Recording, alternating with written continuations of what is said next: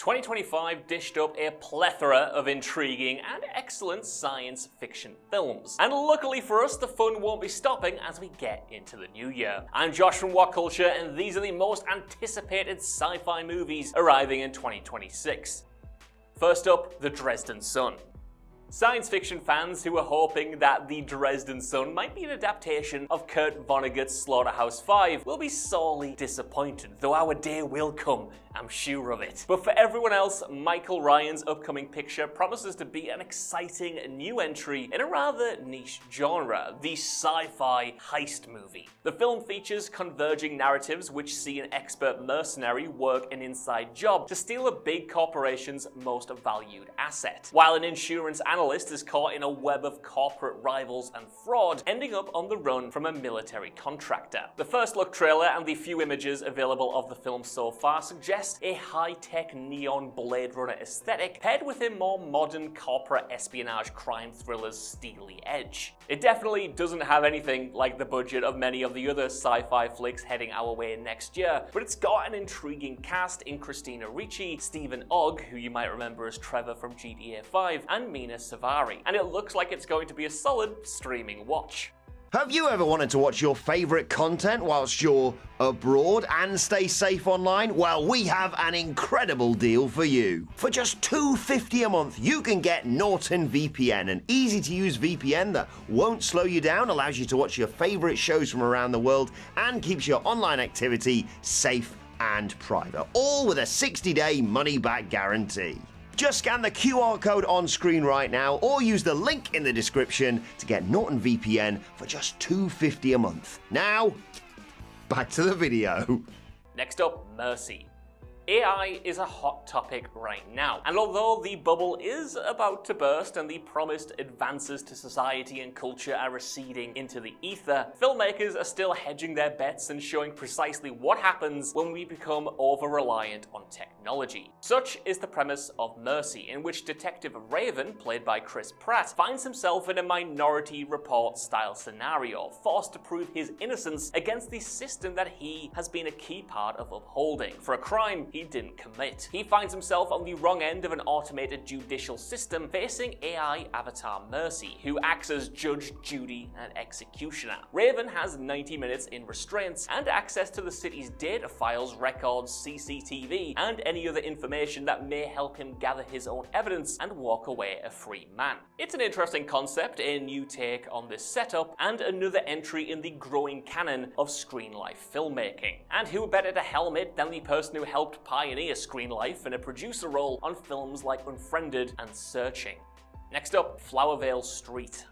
David Robert Mitchell has been a significant, if underrepresented, directorial talent ever since his first feature film, The Myth of the American Sleepover, came out 15 years ago. He has made just 2 films in the interim: the curiously surreal and somewhat divisive Andrew Garfield vehicle Under the Silver Lake, and what is considered to be one of the most formative films of modern horror, It Follows. And it's primarily thanks to It Follows, but also Mitchell's ability to remain fluid in his approach to genre, that everyone is so keen for his upcoming sci-fi feature, Flowervale Street. Taking us back to the 80s, the film charts mysterious happenings on Flowervale Street in an American suburb, challenging the Platt family's resolve, ability to come together, and their will to survive. Oh, and there are almost certainly going to be dinosaurs in there somehow, so that's always a plus, isn't it? Chances are things are going to be more human-centric though, as in Mitchell's other films, with the prehistoric threat lingering in the darkness. And thankfully the cast boasts Anne Hathaway and Ewan McGregor, so we know we're in safe hands. Next up, Cold Storage. Ever since he made it to the big time via Stranger Things, Joe Keery and his magnificent Barnett has done more to further his name in the comedy and horror genres than pretty much any of the other Duffer Brothers hit series' cast, with exception for maybe David Harbour. Keery, though, is back again next year in Cold Storage, starring as Travis Tea Cake Meacham, a self-storage facility employee who comes up against a deadly parasitic fungus that escapes from the secret government facility beneath his workplace. place. Along for the ride is a smorgasbord of talent in Georgina Campbell, Sosie Bacon, Vanessa Redgrave, and Liam Neeson, as they all come together to fight against the mysterious organism's telekinetic abilities and try to stop it before it can usher in humanity's extinction. David Coep of Jurassic Park, Carlito's Way, Panic Room, and Mission Impossible fame is on writing duties, and with Alien Autopsy's Johnny Campbell, yeah, the Ant and Dec one, managing affairs from behind the lens, Cold Storage is guaranteed to balance the sci-fi and horror elements evenly with a solid comedic underpinning. Next up, Masters of the Universe.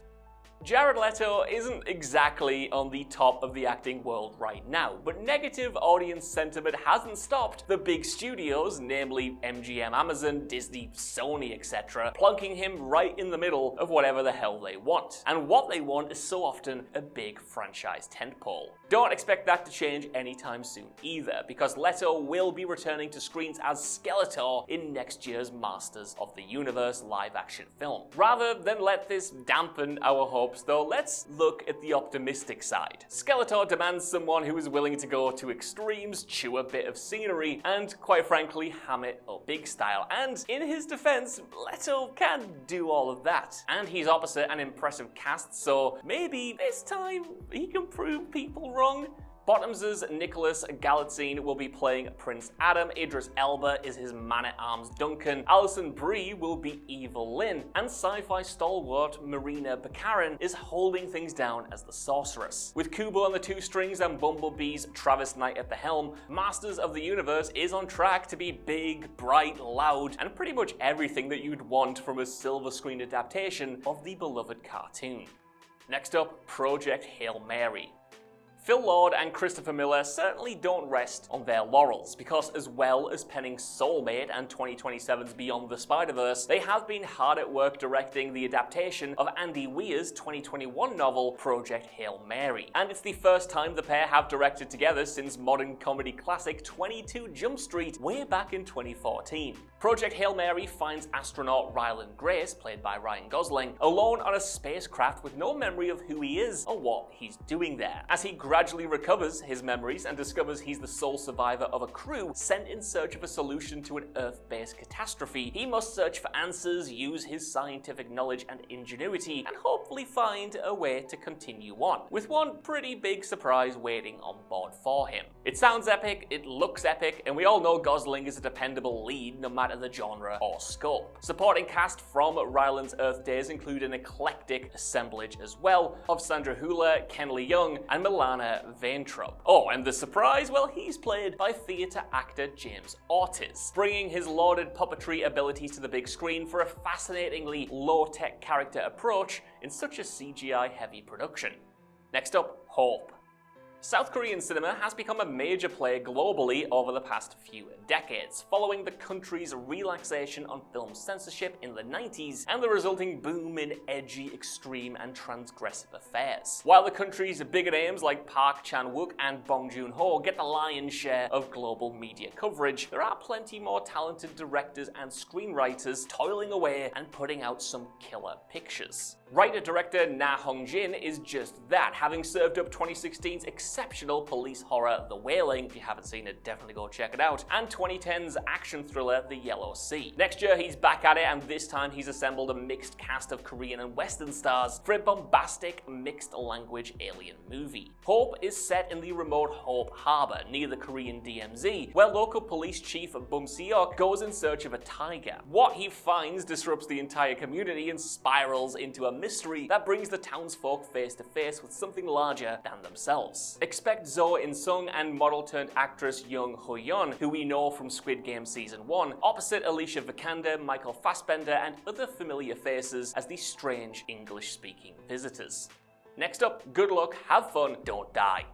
Sam Rockwell skulked across our screen recently in a raincoat, a circuit board, and a beard, and asked us all to believe that he's from the future. No, he hasn't gone full Joaquin Phoenix. This is just the trailer for Gore Verbinski's sci-fi action comedy Good Luck, Have Fun, don't die. Known only as the Man from the Future, Rockwell's character attempts to recruit the patrons of an LA diner to fight a rogue artificial intelligence that causes disaster in the future. But is he really a time traveler, or is he just a madman? Again, tapping into the public's uncertainty around AI and the possibilities of humanity dooming itself via technology, the film feels timely and promises whip-smart dialogue from the invention of lying writer Matthew Robinson. Granted, Verbinski has a choppy track record, but when he delivers, he does so in style. And even if Good Luck doesn't fully hit that next level, we have high hopes for it being a thoroughly enjoyable film all the same. And honestly, when has Sam Rockwell not delivered?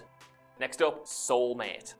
The Megan franchise tactically changed genres this year with Gerard Johnston's 2.0 easing off the horror and shifting up into action comedy mode. And Blumhouse are lucky it did, because not only is it a refreshing and rejuvenating watch that manages to avoid just retreading the previous film's plot, but it has opened up the franchise in the process, allowing it to be far more multifaceted than other killer doll series. And the proof of this is just about already here, with the next film in the series spinning off into erotic thriller territory. Set in the broader Megan world but following a new cast of characters with their own concerns, Soulmate is the story of a man who buys a companion android to cope with his wife's passing. But all doesn't go to plan. We've seen shades of this plotline in this year's Companion, albeit with a twist, but we expect Soulmate to have something new to offer, especially as it has fresh talent Kate Dolan behind the camera, and Phil Lord, Christopher Miller, and James Wan all on the script. And yes, Soulmate should technically be pronounced Soulmate,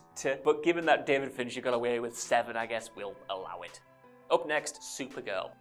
This year's James Gunn helmed Superman was a proper breath of fresh air and easily the best movie that James Gunn has produced in quite some time. It drags Supes and the DC universe out of that desaturated, moody place that Zack Snyder had been holding it hostage in and brings it to the present via the hyper-coloured comic material of the past. And the fun doesn't stop there. And that's because next year we're getting a big screen adaptation of recent comic miniseries Supergirl, Woman of Tomorrow, with Millie Alcock in the lead role. We already got a small taste of the character in the Superman film, and if that brief appearance is anything to go by, this iteration of Kara Zor-El will be far from traditional. The film sends the 21-year-old hero around the galaxy with her dog Crypto, where her freewheeling, hard-living style is likely to get her into all sorts of bother. Supergirl fans have waited a long time to see their girl lead a big screen adaptation again, since 1984 in fact, and now seems very much like the right time. Next up, The Hunger Games: Sunrise on the Reaping.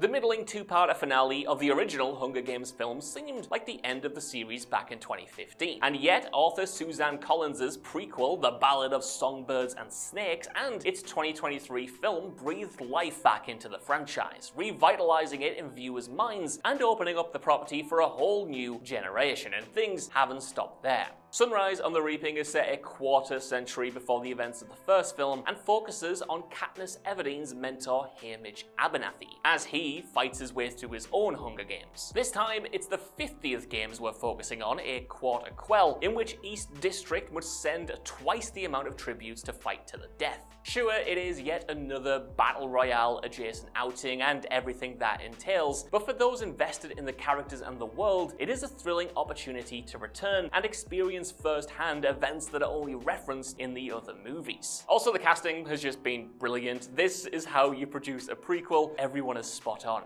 Next up, The Bride. Sci-fi horror is a booming business, and after a few years of drudgery and misfires, new takes on classic literary and movie monsters seem to be in vogue once again. In recent years, we've enjoyed fresh versions of Dracula, the Invisible Man, and now we're being hit with a Frankenstein twofer. Arriving hot on the heels of Guillermo del Toro's lavish gothic adaptation of Mary Shelley's Frankenstein is Maggie Gyllenhaal's second writer-directorial effort, The Bride, which kicks the action 100 or so years ahead to 1930. Chicago. Drawing from James Whale's film Bride of Frankenstein, Gyllenhaal positions Christian Bale as a mobster-adjacent version of Frankenstein's monster, whose years of loneliness have taken their toll. Dr. Euphronius mixes him up with a companion, the titular bride, and in this new creation we find the focus of the film. But any expectations of domestic bliss and subservience are unlikely to be fulfilled here.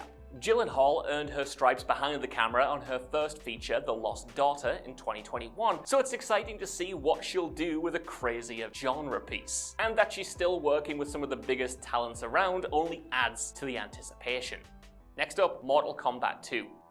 It's been 4 years since Simon McQuoid relaunched Mortal Kombat on the big screen, and while it wasn't exactly Marvel level in scope, budget, or impact, it did deliver the right kind of spills and thrills and contained enough favourite characters, finishes, and feuds to keep fans of the franchise sated. And the sequel is finally arriving next year. The director is once again back behind the camera for a new adventure that sees the champions of Earthrealm do battle and attempt to resist the rule of brute Shao Kahn. All the big names are back from the previous installment, including Kano, Jax, Sonya Blade, and Scorpion, but this time we also get to see Kitana and Johnny Cage. For a while, there was something of an underground campaign to get Nicolas Cage into the Johnny Cage part, and while that didn't go anywhere, the producers have still played a blinder and snagged Carl Urban for the role. He has the action chops to deliver, looks the part, and seems like he fully understands the tongue-in-cheek comedy of Johnny Cage. Plus, the film finally arrives at the fighting tournament, something the previous entry builds up to, and is pitched on a far grander scale, with the visuals and effects to match. If it all goes well, we could be looking at a third film in half the time, let's hope.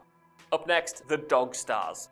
Ridley Scott has one of the most uneven filmographies of any revered director, and yet it's his willingness to try everything and not limit himself in genre, approach, or subject matter, no matter the outcome, that has kept his work fresh and intriguing over the years, and his next project is no different. No, unfortunately, it's not the concluding chapter to his now presumably abandoned Alien trilogy, but it is another foray into science fiction. Scott is adapting Peter Heller's 2012 post-apocalyptic fiction novel, The Dog Stars, and places forlorn survivor Hig in an airplane hangar with his dog and torn-faced ex-Marine Bangley for company. They'll fend off invaders and search for the source of a transmission that might suggest a larger, better life than the one they currently suffer. Scott has responded to contemporary events by making the apocalyptic event a flu-like virus, and has signed on boy wonder Jacob Elordi in the main role, opposite the ever-reliable Josh Brolin. We're keen to see what Elordi does when he's at the center of attention and not cloaked in the mystique of Elvis or Guillermo del Toro's prosthetics, and hopefully this is a bullseye for Scott's reliably hit-or-miss career. Next up, Spider-Man Brand New Day. When Tom Holland's Spidey swung off into a snowy NYC in his home-sewn suit, having been erased from the memories of everyone who had ever met him, it seemed to mark a new era for the web-slinger on screen. And after 4 long years of waiting, 5 by the time it comes out, we finally get to see what this strange new world has in store. Given the ending of the previous film, which afforded an opportunity for this Spider-Man series to break away from the Avengers/MCU tie-ins that have kind of unhelpfully tethered the films to something larger than themselves, it would be fair to assume that we're getting a friendly neighborhood Spidey adventure, sans team-ups, setups, and stingers. Well, that's almost what we're getting. He may have his more traditional shiny blue suit out, but Brand New Day promises the return of, amongst others, Jon Bernthal as the Punisher. While we may not be free from Feige's phases and wonky ideas for endless continuity between MCU films, at least we get 2 of the best Marvel characters getting their time on the big screen together. Plus, considering just how good the film looks from the behind-the-scenes shots, especially that new suit, I mean, oh my god, there's a lot of anticipation going into this 4th film. Next up, The Dish. Preliminarily titled The Dish, Steven Spielberg's next movie is looming on the horizon, and it's bringing him back to sci-fi, the genre that the Jurassic Park, AI, Minority Report, and E.T. director does best. Now, nothing is certain about the plot, but we do know it will be a UFO film, calling back either directly or indirectly to the director's breakout 1977 sci-fi flick Close Encounters of the Third Kind, and we know it'll be scored by John Williams, and we also know the names of its sizable cast. Being one of the greatest directors in Hollywood has its perks, and one of those is being able to bring on Emily Blunt, Josh O'Connor, Colin Firth, Coleman Domingo, and Wyatt Russell all in the same film. David Coep, the man behind the first Jurassic Park script we mentioned earlier is writing the thing with Spielberg, and while even Coeb has been tight-lipped on what to expect, he has promised a combination of vast spectacle with really honest human emotion. So, just another day at the office for Spielberg then. In any case, after Spielberg's most recent movie, the brilliantly understated The Fabelmans, it is about time that we once again saw him doing what he does best on a blockbuster scale. Speaking of, up next, The Mandalorian and Grogu. Disney's Star Wars offerings have been choppy ever since George Lucas bowed out near the beginning of the last decade, and the House of Mouse stepped in to make the property a content machine. Despite the ups and downs of the films and the many shows though, one thing has always been reliable. Well, reliable-ish. The Mandalorian. The story of bounty hunter Din Djarin finding new purpose when he comes into contact with Baby Yoda, Grogu, managed to capture the tone of the original trilogy while marrying it to the wider universe explored in the prequels. It gave us dependable excitement, believable relationships, and enough galaxy-striding action to entice die-hard fans and new viewers alike. But it's been 2.5 years since the show's 3rd season finale, and everyone was starting to worry that it might not come back. Well, Jon Favreau and Dave Filoni have been tinkering away behind the scenes, and at last, we are getting to see the iconic duo on the silver screen. Sci-Fi legend Sigourney Weaver is on board, along with Zeb from Rebels, once again voiced by Steve Blum, and TV darling Jeremy Allen White will be playing Rotter the Hutt. You know, that football-looking thing from the Clone Wars movie. How it will all play out and whether this is the final chapter in the Mandalorian story is anyone's guess, but we're buckled in and ready to blast off to the galaxy one more time. Next up, 28 years later, The Bone Temple. Danny Boyle reignited his presumed dead later series this year with 28 years later, set, you guessed it, 28 years after the original film, and following a new cast of characters who have made their home on Lindisfarne. The film manages to capture everything that was good about the original film while advancing the journey beyond mere survival, and looked set to be one of the best standalone zombie films of the century until it hit us with a cliffhanger ending. Since then, we have been waiting on tenterhooks for Part 2, The Bone Temple, written again by Alex Garland, but this time directed by Candyman's Nia DaCosta, and featuring a marauding gang of Jimmy Savile-looking goons led by Jack O'Connell's Sir Jimmy Crystal. Spike, the young hero of the previous installment, runs into these Teletubby-coded Jimmies right before the credits in the first film, kickstarting the next chapter with a WTF moment that could easily have sunk the entire thing. And yet, it has made us keener than ever to stick with the franchise and follow it through to what Boyle has hoped to be a complete trilogy. Not only that, but it seems the long-rumored return of Cillian Murphy's Jim is on the way in this second film, and God only knows what'll happen when we get the disparate characters we've been following finally converging on the Bone Temple. Next up, Avengers Doomsday. Or maybe, is this the end? The MCU has been running on fumes for a while, and head honcho Kevin Feige absolutely knows it. It's been 6 years since the overarching storyline of overarching storylines ended in Avengers Endgame, and despite valiant efforts to make something coherent out of the Multiverse saga, the series has been lacking a Thanos-like presence to keep it all tied together. So what better way to try and get things back on track than to return where we left off? Feige has snagged Infinity War/Endgame directors the Russo brothers, he's signed Robert Downey Jr. back on, and he's finally putting out another Avengers film, Doomsday. The Fantastic Four returned to our screens this year in First Steps, and while the film is not an all-time great of the MCU, it is the best iteration of the Fantastic Four on screen, and teed the conflict up for Doomsday quite nicely. That's because the big bad this time around is of course going to be Fantastic Four villain Doctor Doom doing battle across the multiverse. The film is set to unite whatever form the Avengers takes these days, the so-called New Avengers, aka the Thunderbolts, the Wakandans, the Fantastic Four, and even Fox's X-Men, which Disney acquired in the interim. The cast and scope of the film is ginormous, and whether it lands or falls flat on its face, it will be quite something to witness.